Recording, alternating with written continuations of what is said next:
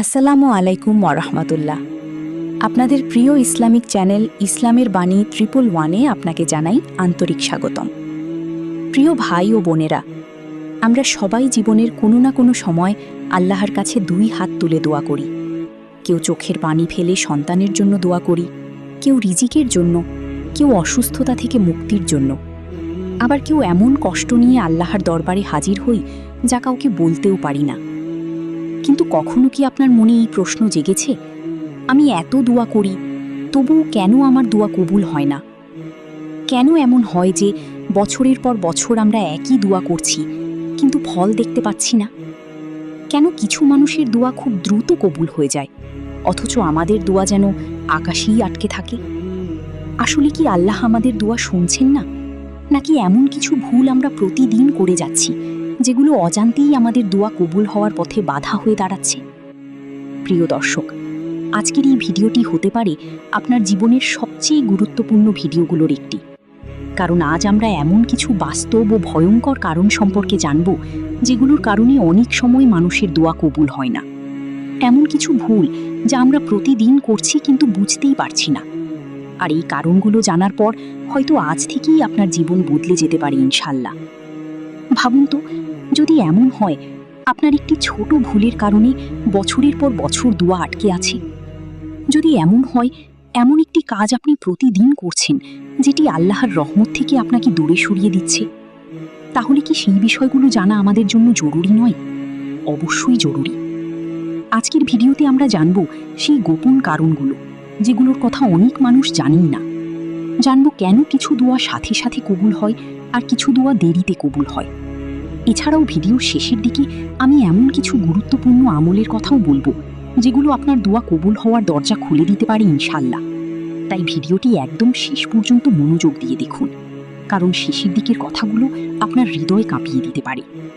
আর ভিডিওটি শুরু করার আগে আপনাদের কাছে ছোট্ট একটি অনুরোধ, যদি আপনি চান আল্লাহ আপনার জীবনের কষ্ট দূর করে দিন, যদি চান আপনার দোয়া দ্রুত কবুল হোক, তাহলে এখনই ভিডিওটিতে একটি লাইক দিন, চ্যানেলটি সাবস্ক্রাইব করুন এবং কমেন্টে লিখুন আলহামদুলিল্লাহ।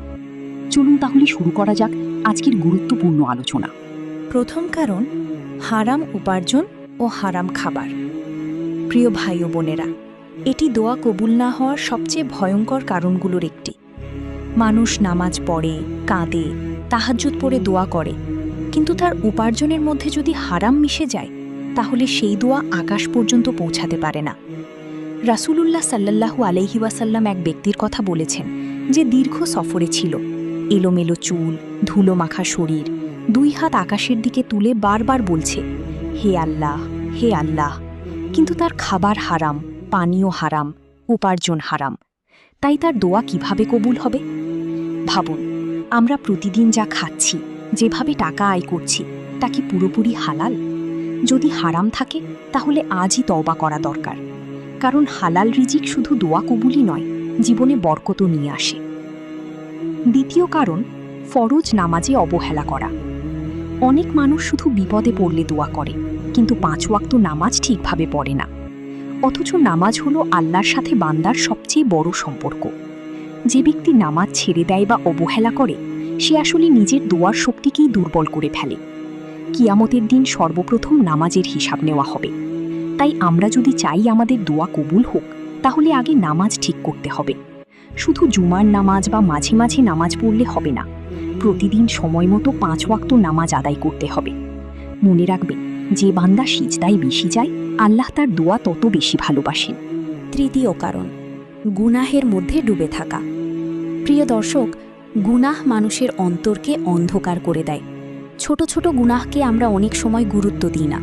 মিথ্যা বলা, গীবত করা, মানুষের কষ্ট দেওয়া, অশ্লীল কিছু দেখা, অহংকার করা, এসব ধীরে ধীরে আল্লাহর রহমত থেকে মানুষকে দূরে সরিয়ে দেয়। আর যখন অন্তর কালো হয়ে যায়, তখন দোয়ার স্বাদও মানুষ অনুভব করতে পারে না।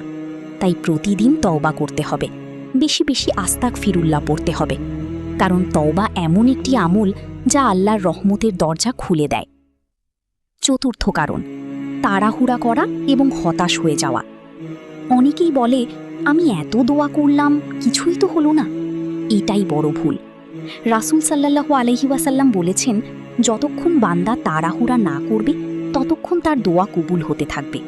আল্লাহ কখনো সাথে সাথে দিন, কখনো দেরিতে দিন, আবার কখনো এর বদলে বড় বিপদ দূর করে দেন। আমরা শুধু যা চাই তাই দেখি, কিন্তু আল্লাহ আমাদের ভবিষ্যৎও দেখেন।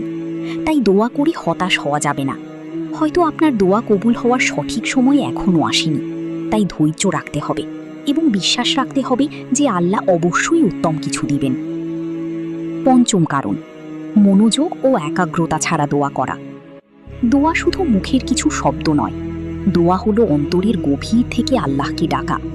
অনেক সময় আমরা দোয়া করি কিন্তু মন অন্যদিকে থাকে, অথচ আল্লাহ চান বান্দা ভাঙা হৃদয় নিয়ে, পূর্ণ বিশ্বাস নিয়ে তাকে ডাকুক। যখন আপনি কাঁদতে কাঁদতে আল্লাহকে ডাকবেন, নিজের অসহায়ত্ব প্রকাশ করবেন, তখন সেই দোয়ার শক্তি অনেক বেশি হয়। তাই দোয়ার সময় মনোযোগ রাখতে হবে, মনে দৃঢ় বিশ্বাস রাখতে হবে যে আল্লাহ অবশ্যই শুনছেন এবং তিনি চাইলে মুহূর্তেই সব পরিবর্তন করে দিতে পারেন। ষষ্ঠ কারণ, আত্মীয়তার সম্পর্ক নষ্ট করা। প্রিয় ভাই ও বোনেরা, ইসলামে আত্মীয়তার সম্পর্ক বজায় রাখা অত্যন্ত গুরুত্বপূর্ণ একটি আমল। কিন্তু দুঃখের বিষয় হলো, আজ অনেক মানুষ সামান্য বিষয় নিয়ে আত্মীয়দের সাথে সম্পর্ক নষ্ট করে ফেলছে। ভাই ভাইয়ের সাথে কথা বলে না, সন্তান মা বাবার খোঁজ নেয় না, আত্মীয়দের প্রতি হিংসা ও রাগ বসে রাখে। অথচ রাসূলুল্লাহ সাল্লাল্লাহু আলাইহি ওয়াসাল্লাম বলেছেন, যে ব্যক্তি আত্মীয়তার সম্পর্ক ছিন্ন করে সে জান্নাতে প্রবেশ করবে না। চিন্তা করুন, যে মানুষ আত্মীয়দের সাথে সম্পর্ক ঠিক রাখতে পারে না, তার দোয়া কিভাবে সহজে কবুল হবে? অনেক সময় আমরা শুধু নামাজ ও দোয়ার দিকেই মনোযোগ দিই, কিন্তু মানুষের হক নষ্ট করছি কিনা, সম্পর্ক ঠিক আছে কিনা সেদিকে খেয়াল করি না। অথচ আল্লাহ চান মানুষ তার ইবাদতের পাশাপাশি মানুষের সাথেও সুন্দর আচরণ করুক। বিশেষ করে মা বাবার দোয়া মানুষের জীবনে বিশাল প্রভাব ফেলে। মা বাবা কষ্ট পেলে বা তাদের সাথে খারাপ আচরণ করলে জীবনের বরকত কমে যায়। তাই যদি কারো সাথে সম্পর্ক খারাপ থাকে, আজই ঠিক করার চেষ্টা করুন। ফোন করুন, সালাম দিন, ক্ষমা চান। হয়তো এই একটি কাজই আপনার দোয়া কবুল হওয়ার দরজা খুলে দিতে পারে। সপ্তম কারণ, অন্যের হক নষ্ট করা ও জুলুম করা। প্রিয় দর্শক, মানুষের উপর জুলুম করা এমন একটি ভয়ঙ্কর গুনাহ যা দোয়া কবুলের পথে বড় বাধা হয়ে দাঁড়ায়। কারো টাকা মেরে দেওয়া, কারো মনে কষ্ট দেওয়া, প্রতারণা করা, অন্যায়ভাবে মানুষের অধিকার কেড়ে নেওয়া, এসব কাজ আল্লাহ কখনো পছন্দ করেন না। অনেক মানুষ বাইরে থেকে খুব ধার্মিক দেখায়, কিন্তু মানুষের সাথে আচরণে অত্যন্ত খারাপ। মনে রাখবেন, আল্লাহ নিজের হক ক্ষমা করে দিতে পারেন, কিন্তু বান্দার হক সহজে ক্ষমা করেন না, যতক্ষণ না সেই ব্যক্তি ক্ষমা করে। রাসূল সাল্লাল্লাহু আলাইহি ওয়াসাল্লাম বলেছেন, মজলুমের দোয়া ও আল্লাহর মাঝে কোনো পর্দা থাকে না। অর্থাৎ যার উপর জুলুম করা হয়েছে তার দোয়া সরাসরি আল্লাহর কাছে পৌঁছে যায়।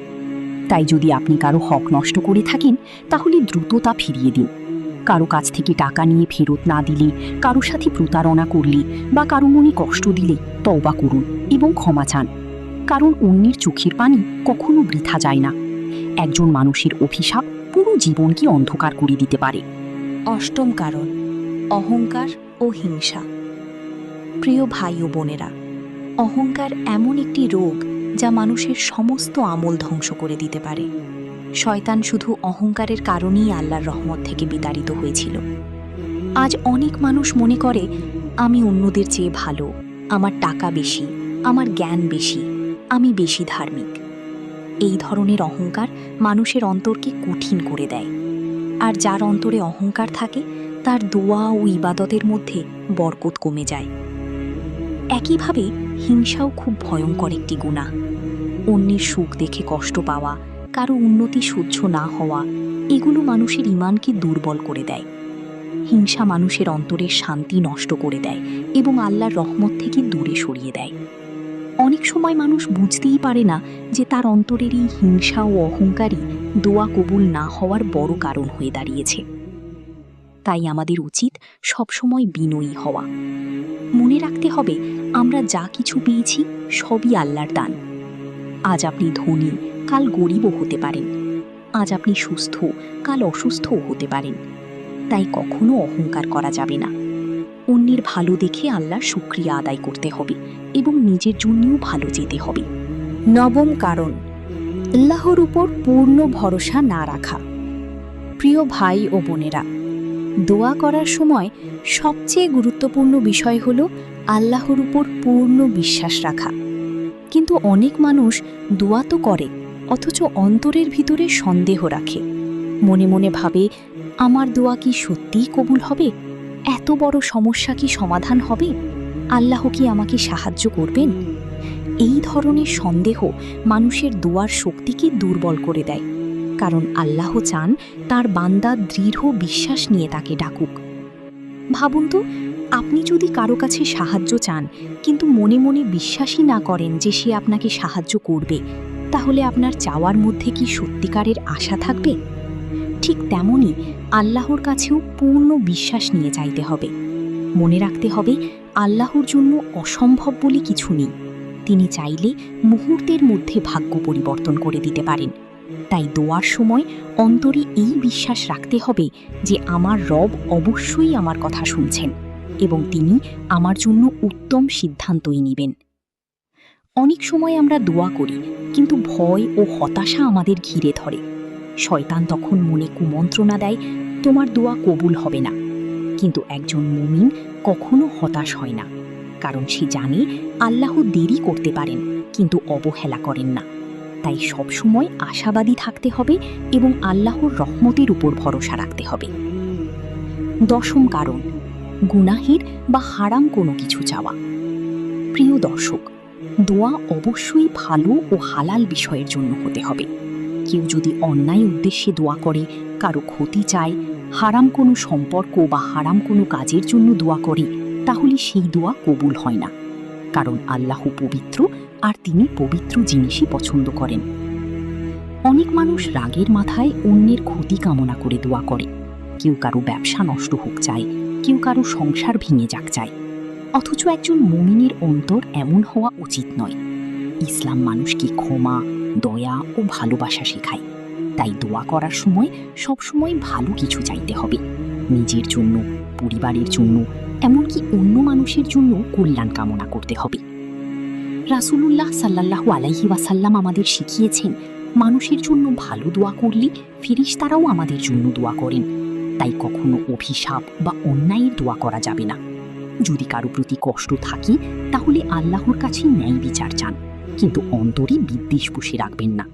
মনে রাখবেন, পরিষ্কার অন্তর ও হালাল চাওয়া দোয়া কবুল হওয়ার অন্যতম বড় মাধ্যম। একাদশ কারণ, আল্লাহকে কম স্মরণ করা।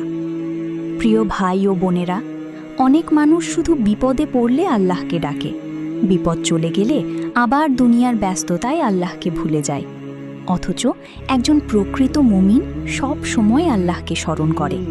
বেশি বেশি জিকির করা, ইস্তিগফার পড়া, দরুদ শরীফ পড়া, এগুলো মানুষের অন্তরকে নরম করে এবং দোয়া কবুলের পথ সহজ করে দেয়। যখন মানুষ আল্লাহকে ভুলে যায়, তখন তার অন্তর ধীরে ধীরে কঠিন হয়ে যায়, আর কঠিন অন্তর থেকে করা দোয়ার মধ্যে সেই আবেগ ও একাগ্রতা থাকে না। তাই প্রতিদিন কিছু সময় আল্লাহর জিকিরে কাটানো খুব জরুরি। সুবহানাল্লাহ, আলহামদুলিল্লাহ, আল্লাহু আকবার, আস্তাগফিরুল্লাহ, এই ছোট ছোট জিকিরগুলো মানুষের জীবনে অদ্ভুত শান্তি ও বরকত নিয়ে আসে। বিশেষ করে বেশি বেশি ইস্তিগফার পড়া অত্যন্ত গুরুত্বপূর্ণ, কারণ ইস্তিগফার গুনাহ মাফ করায় এবং দোয়ার দরজা খুলে দেয়। অনেক আলিম বলেছেন, যখন কোনো দোয়া আটকে যায়, তখন বেশি বেশি ইস্তিগফার করতে হবে, কারণ গুনাহই অনেক সময় দোয়া কবুলের পথে বাধা হয়। দ্বাদশ কারণ, আল্লাহর হিকমতের কারণে দেরি হওয়া। প্রিয় ভাই ও বোনেরা, আমরা মানুষ খুব অল্প বুঝি, কিন্তু আল্লাহ সব কিছু জানেন। আমরা আজ যা চাই সেটি হয়তো আমাদের জন্য এখন ভালো নয়, কিন্তু আমরা তা বুঝতে পারি না। তাই কখনো কখনো আল্লাহ আমাদের দোয়া সাথে সাথে কবুল করেন না। এর মানে এই নয় যে আল্লাহ আমাদের দোয়া শুনছেন না বা ভালোবাসেন না, বরং অনেক সময় আল্লাহ আমাদের জন্য আরও উত্তম কিছু রেখে দেন। ভাবুন তো, একটি ছোট শিশু যদি আগুন নিয়ে খেলতে চায়, তাহলে মা কি তাকে আগুন দিবে? কখনোই না, কারণ মা জানে এতে সন্তানের ক্ষতি হবে। ঠিক তেমনি আল্লাহ আমাদের এমন অনেক কিছু থেকে দূরে রাখেন, যা ভবিষ্যতে আমাদের জন্য ক্ষতিকর হতে পারে। কিন্তু আমরা শুধু বর্তমানটা দেখি, ভবিষ্যৎ দেখি না। আল্লাহ আমাদের অতীত, বর্তমান ও ভবিষ্যৎ সব জানেন। অনেক সময় এমনও হয় আপনি যে দোয়া করেছেন, আল্লাহ তার বদলে বড় কোনো বিপদ দূর করে দিয়েছেন, অথবা আখিরাতের জন্য বড় সওয়াব জমা করে রেখেছেন। রাসূলুল্লাহ সাল্লাল্লাহু আলাইহি ওয়াসাল্লাম বলেছেন, কিয়ামতের দিন মানুষ যখন দেখবে তার কিছু দোয়ার প্রতিদান দুনিয়ায় না দিয়ে আখিরাতের জন্য জমা রাখা হয়েছে, তখন সে চাইবে, হায়, যদি দুনিয়ায় আমার কোনো দোয়াই কবুল না হতো। সুবহানাল্লাহ! চিন্তা করুন, আল্লাহর পরিকল্পনা কত সুন্দর। তাই কখনো হতাশ হওয়া যাবে না। অনেক মানুষ দোয়া করে কয়েকদিন পর ছেড়ে দেয়, কিন্তু একজন মুমিন কখনো আল্লাহর দরবার থেকে ফিরে যায় না। সে বারবার দোয়া করে, কাঁদে, আশা রাখে এবং বিশ্বাস করে একদিন না একদিন আল্লাহ অবশ্যই তার জন্য উত্তম কিছু নির্ধারণ করবেন। প্রিয় দর্শক, দোয়া হলো মুমিনের সবচেয়ে বড় শক্তি। তাই দোয়া করা কখনো বন্ধ করবেন না। সুখী দুঃখে সবসময় আল্লাহকে ডাকুন। মনে রাখবেন, আল্লাহর দরজা কখনো বন্ধ হয় না। হয়তো আপনার দোয়া কবুল হওয়ার সময় খুব কাছেই।